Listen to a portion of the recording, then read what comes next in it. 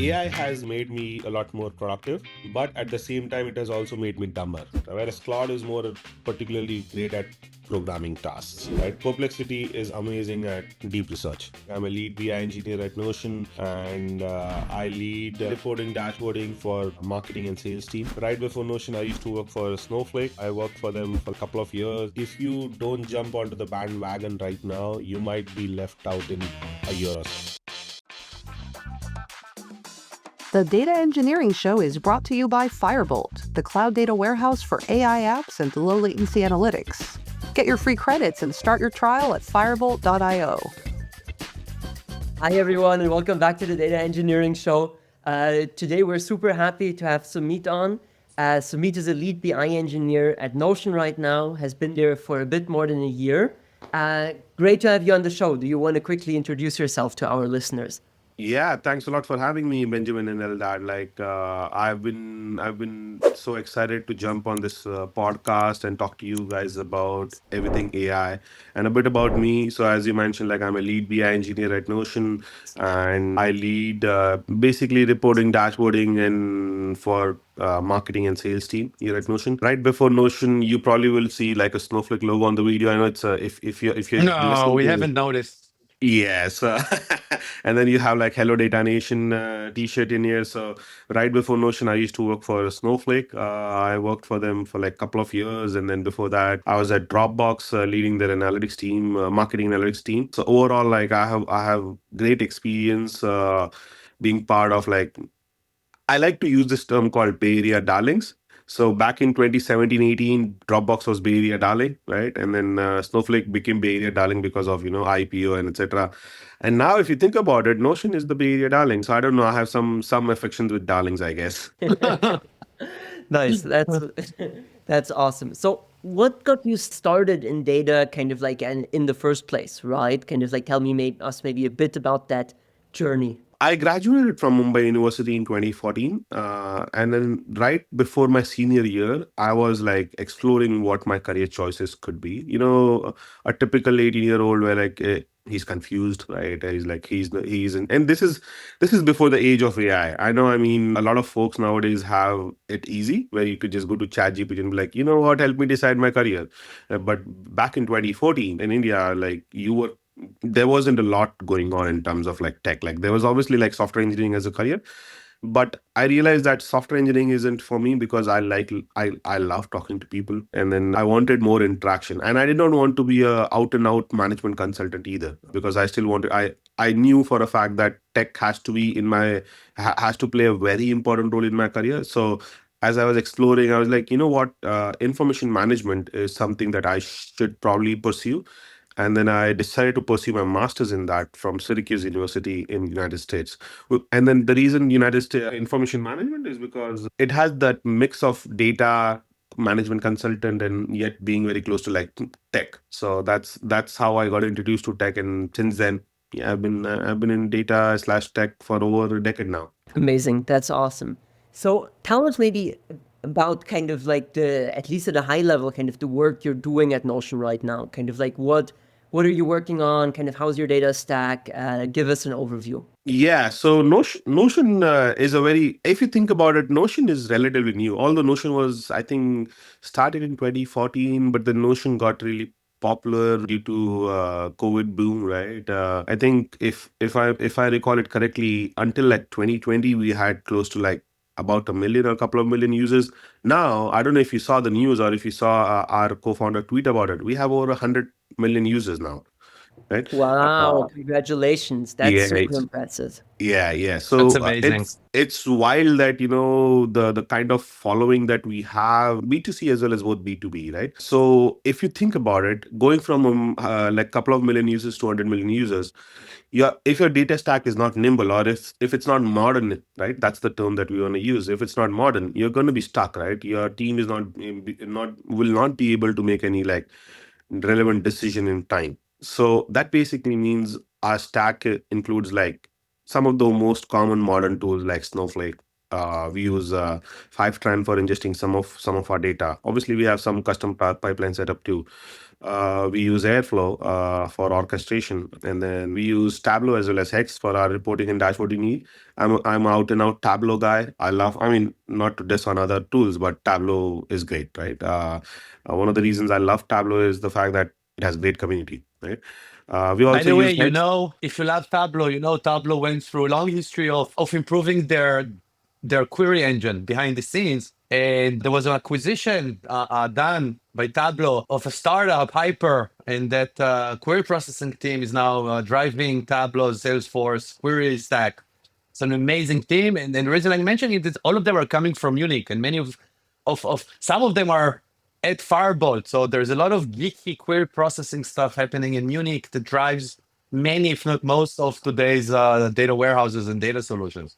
So we have a special place in our heart for Tableau as well. Yeah, did not know that, but I know for a fact, like the hyper engine that Tableau has, it has changed a lot. Like nowadays when I import or extract like 20-30 million rows, it goes by really fast, right? Because of Tableau hyper engine. So going back to the topic, right, about modern data stacks. So our BI reporting layer is Hex and Tableau. I don't know if you guys have heard of Hex, but it is like the way I'd like to think of X is like Jupyter Notebook, but on steroids. Right? Does everything that you can imagine, right? Python, Spark, SQL, Mat. Like when you think of Python, Matplotlib, your pivot tables, your charts, and everything. So we have that. We also use nowadays. We also have started moving some of our data loads to like iceberg tables. That's the new thing in the market, right? Like a lot of folks are moving to iceberg tables because of the benefit that iceberg offers. So are you leveraging kind of the key benefits of Iceberg already in terms of having flexibility between query engines? Yes, so I primarily don't work with Iceberg, but I know for a fact that our data platform team does. So I'm not an expert to talk about that, but I think the whole point of Iceberg table was like there's a component of saving cost to, right? Because with Iceberg, like with the whole metadata layer and how the data moves into the actual like data layer, that's why we decided, because we use Snowflake as our analytical data warehouse, but we also have like S3 bucket in our data lake sitting in AWS, right? So we wanted to, because if you imagine, as I mentioned, like when you go so fast, your data needs are growing so fast. Every bit, right, is expensive. Like all the servers are cheap, but when you're dealing with 100 million users and trillions of rows of data a day, you have to find that 1% saving, 2% saving, or those marginal savings, and iceberg helps us with that. Okay, super, super cool. And very modern stack as well, kind of like using a lot of some of the cool kind of like new tech. I mean, like Iceberg, Hacks, kind of all of that that's all. At the front of the modern stack, even the modern stack, right? Like you have that starts to evolve as well. We see the modern stack getting in new definitions across each component. It's beautiful to see it. We love Iceberg. Iceberg makes all metadata and data the same for every vendor, for every query engine, every ETL, ELT tool, every user. Yes, there are many challenges. Yes, there are many gaps, and that's why we're all here. And it's amazing to see the evolution happening Iceberg within kind of information and analytical teams. Amazing. Go on. Yeah, and then sorry, I forgot to mention like if you think about modern data stack, there is one tool that brought this into like in the front, right? And that's dbt. We use dbt too. We are a heavy dbt user. You cannot forget dbt, because the whole term around analytics engineering and modern data stack, I think they were the one who like promoted this really heavily. Because before dbt, right, I was at Dropbox, and we used to have our own version of like Hive, right? And then there were times when it would take at least like 18 to 20 hours to run a query, because you can imagine Dropbox is back in 2019, 2020, right? Dropbox is and it was huge. We do like a couple of $1 billion of revenue a year. So, and then now with dbt, etc., right, you could have incremental models, and basically put things in Snowflake, right? Obviously, when you think of Snowflake and Hive, Snowflake obviously will be a lot faster, although there's a cost associated. But sometimes either you invest in time or you invest in dollars. In Snowflake case, you invest in dollars because you save time. In your data stack, like how is AI kind of like shaping it? Like what's changing? Kind of what's your take on all of it? Give us an overview. Yeah. So we at Notion use AI heavily. We have our own AI for work tool, which is inbuilt in Notion. I don't know if you guys use Notion or not, but people or companies that use Notion with AI for work, basically everyone in the company is supposed to use AI for work. It's like deep research. It has all the context about your data, so you can connect your Slack, you could connect your Google Drive, you can connect your other like third party apps into Notion now.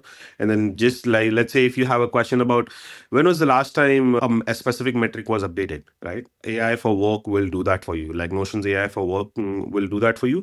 And outside of Notion, we are a heavy AI user as a company. Like everyone in the EPT department or pretty much in the company has access to Cursor, right? The coding, I wouldn't say agent, but like editor nowadays, right? So we use Cursor a lot nowadays to like help us speed up our productivity. And then we have been building couple of like GTM or go to market specific, I wouldn't say tool, but like use cases.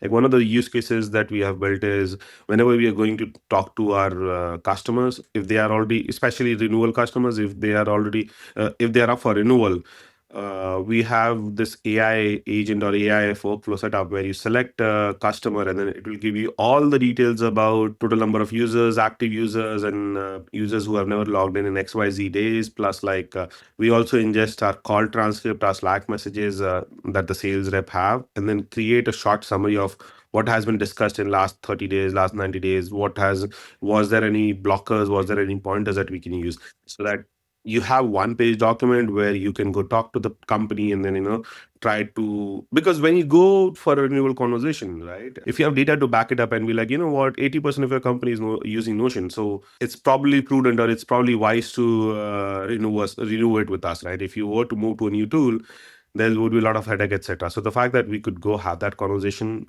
and the reason we could do that now because of all the context is AI is the reason for that. Very cool. Okay, that's exciting. How do you stay on top of like all of the stuff happening in AI in your personal life as well? I think my mode of AI consumption has been podcast recently. When I say mode of consumption, I was recently on another podcast called Your Everyday AI Podcast. Jordan does like 20 minutes AI news every day at like every morning. So whenever I wake up, I listen to that. And then a lot of keynotes nowadays, right? Like recently, Google had Google I/O, right? And I would watch that and see like what's happening latest and greatest. Claude recently launched Claude 4.0, like right.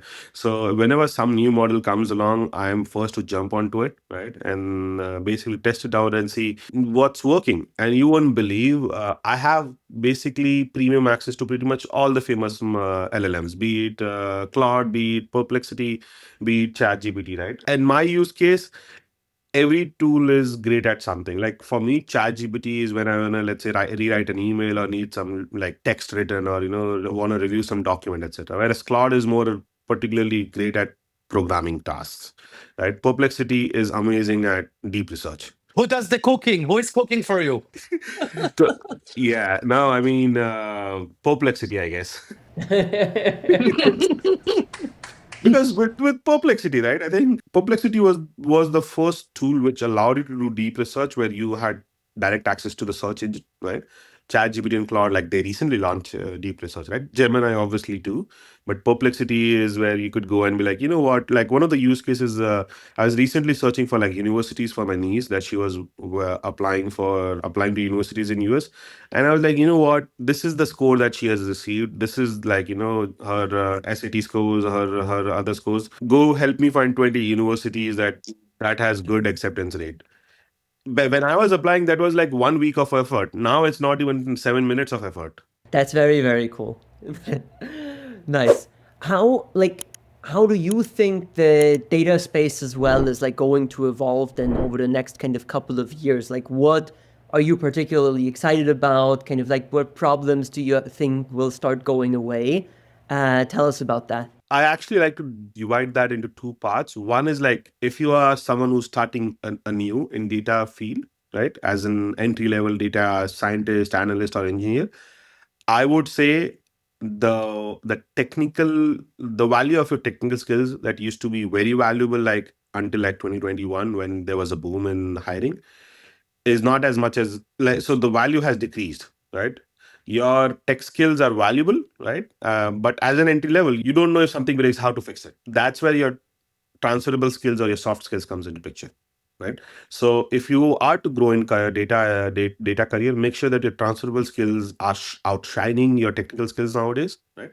That's for the entry level part. But if you're a senior, let's say for someone like us who has like 7, 8, 10 years of experience, right, your tech skill is important. You know when things break, where to go and how to look and what to fix. But your transferable skills are going to be paramount in future too, right? Especially at Notion and a lot of other companies that I've heard, right?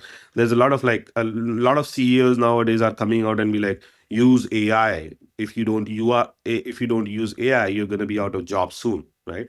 So in that case, right, AI, like nowadays, I use it whenever I'm building Tableau dashboard, etc. There were times when it took a couple of days to write a calculated field. It was if it was complicated, because Tableau has its own way of calculating, right? Now when I'm stuck, I just go to Claude and be like, write me a calculated field, and I get the calculated field done in 20 minutes. So the value that I used to bring as a technical guy has diminished. But if that gets diminished, I have to increase the value that I bring as a professional with like great communication skills, right? Great stakeholder management. So you kind of have to build on that. So I don't know if that answer your question, because data is important, but the role of data as a tech skill Be has technical gone goes down. down, be Yeah, nice goes up. yeah, Like that's what that's it's like. it. Yeah, yeah, It's really fascinating to see, kind of hear from someone from the inside experiencing the AI like full blown in your face, not from the like not theorizing about it, really practicing it, turning it into your personal career advantage, figuring out how to build your strengths around it. Thank you for sharing it with us. yeah. No, Notion. Like I use AI heavily in my work too, but in personal life too. As I mentioned, like I was recently on Everyday AI podcast, and the topic that we discussed there was like AI has made me a lot more productive, but at the same time, it has also made me dumber, because I have Who would have thought? Who would have thought getting dumber gets you more productive? Who would have thought, right? That exactly, defies physics, defies everything we've learned. 30 exactly years right. of industry experience. I'm too old. I'm like, I've learned, previous generation physics, everything is changing.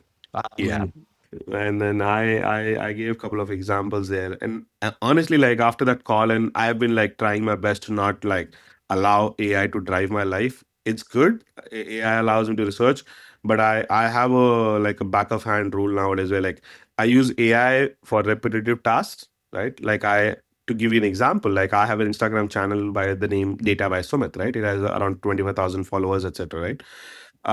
So previously I used to have a social media content strategist and content researcher who used to like sit down and research content ideas for me.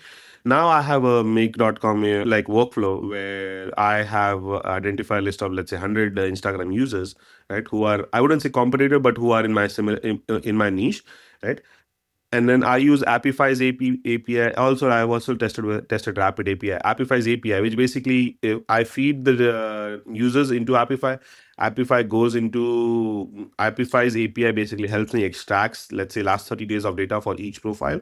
And then I have a GPT model in as part of the workflow where it looks at. I have a custom formula where, based on number of views, number of likes, number of comments, I create a custom column, like a calculation of high, medium, low. Like, should I be writing about this or should I be scripting about this? And once that cutoff is met, the second part of the GPT model goes and transcribes the reel and then learns from it and then comes up with the new script for me, right? Wow. this is when information work becomes operations. Like you're turning, like your usage of data in with those tools, you create like this is operations. Like you're driving a business, you're driving a unit. It's you're moving crazy, amazing. And honestly, that's how AI is supposed to work or supposed to be used. Like, someone recently asked, like, do you think there'll be AI, like AI will take over the world kind of conversation? I'm like, maybe yes, but for now, I mean, if it does, we don't know. Like, if it does, everyone would be infected, not only me, right? But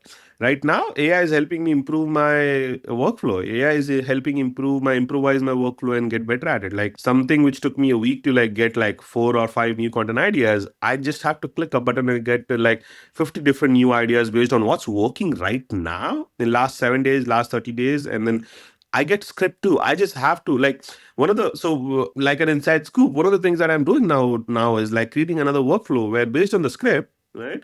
I'm using Hagen and 11 Labs to basically replicate myself now, my voice and myself, right? So that's the next step in the process where if I'm But not are you there, real? And are you real? I I'm am trying real. to Yeah. touch like it's Wow. I can It's pinch our myself. first six AI fingers, agent six podcast fingers. test. Gee. I mean, I wasn't doing a lot of big motion, and when you don't do big motion, Hagen really works. So you guys probably don't know. Yeah, that's like in the beginning, you were like, oh, we're kind of fiddling with the laptop, fiddling with the phone, but really you were just preparing your AI self Exactly, to exactly. meet with That's us. it. That's it. Nice. The free trial was over. You had to kind of enter the credit card, subscribe, activate the agent. Nice. Amazing. Thank you. Yeah, no, I mean, as I said, like I think anything which can be automated, especially repetitive tasks, AI is the way to go. And honestly, there are a lot of AI content creators nowadays that you can learn from, and a lot of them are actually offering free like a workflows, make.com workflows and N8N workflows too. So if you are into AI, if you are jumping into AI, this is the right time. And the scariest part about the whole AI boom is this is the worst AI will ever be. We get impressed when ChatGPT was launched, and initially I was a skeptic. I'm like, a new hype, and then I started using it. I'm like, what the hell? Like, how is GPT so good? Like, it doesn't make sense.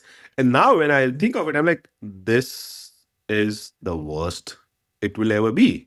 Nice. I also love how, like, as an AI content creator, you're at like the front of content creation, and we're getting close to AI content creation being done by AI. Like, we're very close to actually like coming full circle and just having AI create content about itself. But there's also moral aspect of this where I'm like, I want to do the Hagen and 11 Labs like workflow. But I'm like, if I was following a content creator that I love, and if I knew that all he is an AI nowadays, I would be pissed. So I'm like, I can do it if I sit for a weekend. I can set the workflow up, but I've been intentionally delaying it because I wrote a book about Tableau, the Tableau workshop, right? It sells really well. But one of the reason I wrote it because it was like, if I was to read this, I should be happy about it. Like I should learn something, right? And that is how I view my life. If I will only do something that if I was in their shoes, I should be okay with that, right? Or happy about it. So if I build my own AI avatar, right? Am I going to be happy following that content creator? Probably not. Nice. That's a super interesting take. I think we've had a lot of content creators kind of on the show already, but like this is definitely the most AI forward kind of take I've heard so far. Yeah, I mean, as I said, like I think AI is great both in professional as well as personal life. And there's a con for AI too. So my wife's been searching for a software engineering job. She's an entry-level software engineer, and it's been hard. Even in Bay Area, getting a software engineering job it's been hard. I have so many friends who had offers, and then their offers got rescinded because company decided, you know what, we don't want entry level engineers. So as much as I am utilizing AI for the good part, I have the bad part use case also because if my wife was searching for a job back in 2021, she would already have the job. Right. So yeah, there's the good part, there's a bad part. It's all about balancing it, and hopefully there's that 51-49% chance of you using AI for the good part more than the bad part. Cool. Wow. This conversation was really like kind of like twisted my brain, kind of so crazy.